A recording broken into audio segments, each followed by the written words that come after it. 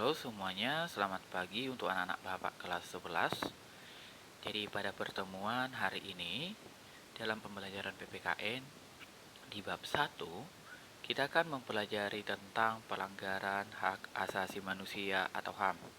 Seperti halnya pada gambar yang kamu lihat di awal pada bab ini, ada di sana tertulis Human Rights for All, No Exception. Apa maksudnya? Bisa kita lihat pada gambar yang pertama ini dikatakan bahwasanya hak asasi manusia itu untuk semua dan tidak ada terkecuali. Jadi maksudnya hak asasi manusia itu mencakup untuk semua orang.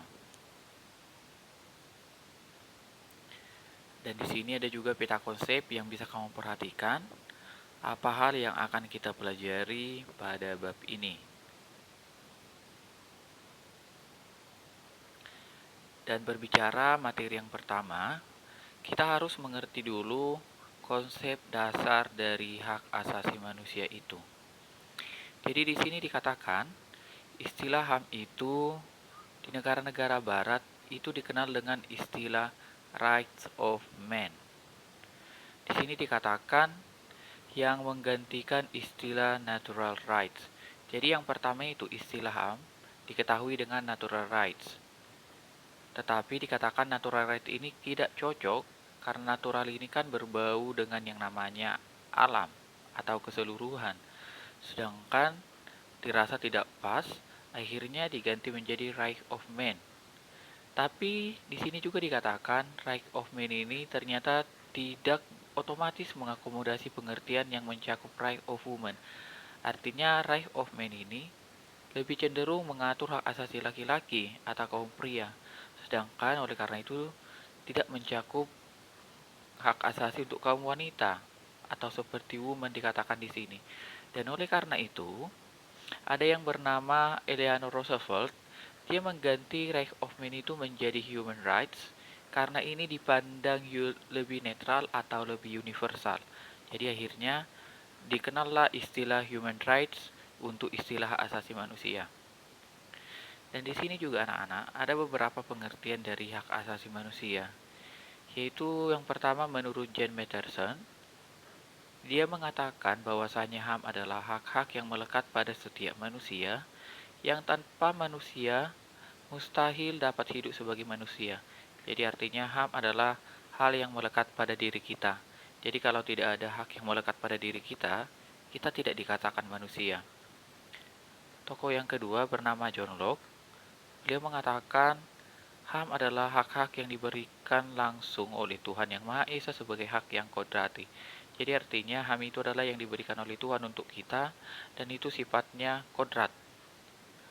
Atau berdasarkan Kamus Bahasa Indonesia, kodrat ini juga dikatakan hal yang mutlak yang harus ada untuk seorang individu. Dan di sini juga dikatakan HAM itu tidak boleh dicabut ya dan sifatnya mendasar dan fundamental.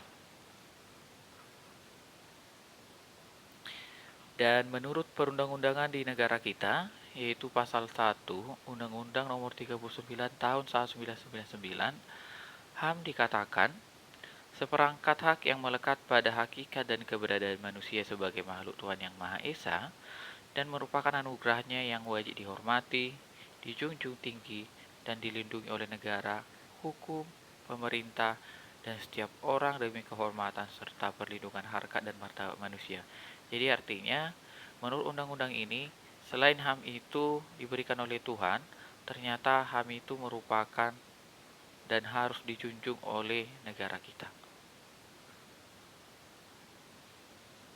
Jadi di sini ada juga ciri-ciri dari hak asasi manusia. Jadi yang pertama, HAM tidak perlu diberikan, dibeli atau diwarisi. Karena kenapa? Karena HAM itu bersifat hakiki dan kodrati yang memang sudah ada bagi manusia secara otomatis. Jadi artinya apabila kita sudah ada di dunia, berarti salah satu hak yang sudah kita miliki adalah contohnya adalah hak untuk hidup. Yang kedua, ciri-cirinya HAM bersifat universal.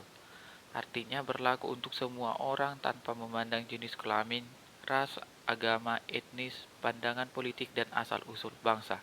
Sama seperti gambar yang pertama yang Bapak buat tadi, HAM atau Human Rights for All No Exception, jadi artinya semua adalah sama. Yang ketiga, HAM tidak bisa dilanggar. Karena kenapa? Tidak boleh seorang pun mempunyai hak untuk membatasi atau melanggar hak orang lain. Orang tetap memiliki HAM walaupun negara membuat hukum yang tidak melindungi atau melanggar HAM. Jadi artinya tidak boleh ada seseorang yang melanggar HAM dari kita. Selain dari hak asasi manusia, anak-anak, ternyata ada kewajiban asasi manusia. Apalagi ini? Jadi kewajiban asasi manusia adalah segala sesuatu yang wajib dilakukan oleh setiap manusia sebagai makhluk hidup. Jadi kalau kewajiban ini adalah segala keharusan yang harus mereka buat. Dan kewajiban asasi manusia merupakan bentuk pembatasan atas HAM yang dapat menyebabkan munculnya sifat egoisme individu. Jadi artinya karena HAM adalah merupakan kewenangan, oleh karena itu muncul yang namanya KAM, supaya bisa membatasi sifat egoisme mereka. Dan yang ketiga, kewajiban dibagi atas dua macam, yaitu ada kewajiban sempurna yang berkaitan dengan hak orang lain, dan kewajiban yang tidak sempurna yang tidak terkait dengan hak orang lain. Jadi artinya kewajiban sempurna itu berkaitan dengan hak orang lain. Contohnya apa? Bapak merupakan seorang guru, Bapak berkewajiban kepada klien untuk mengajar. Tetapi di sini klien juga memiliki keterikatan bahwasanya klien juga memiliki hak untuk mendapatkan pembelajaran dari saya. Sedangkan kewajiban yang tidak sempurna yang tidak terkait dengan hak orang lain. Jadi artinya ada kewajibanmu tadi tapi tidak berhubungan dengan hak orang lain. Dan dikatakan juga di sini, kewajiban sempurna mempunyai dasar keadilan, sedangkan kewajiban tidak sempurna berdasarkan moral. Di sini juga ada dikatakan hak dan kewajiban asasi manusia dalam Pancasila dan UUD 1945. Di sini ada dikatakan, perjuangan penegakan HAM di Indonesia masih terus dilakukan sampai saat ini. Jadi artinya, kalaupun kita sudah merdeka, tetapi harus tetap dijunjung. Pelaksanaan HAM di Indonesia ditekankan pada keseimbangan antara hak dan kewajiban. Jadi artinya, HAM di Indonesia itu harus seimbang antara hak dan kewajibannya. Dan yang ketiga, Pancasila dikatakan sebagai landasan hukum dan arah dalam pelaksanaan penegakan HAM. Jadi artinya tanpa adanya Pancasila, kurang rasanya di Indonesia itu penegakan HAM dilakukan. Oke, sekian penjelasan dari Bapak tentang materi kita.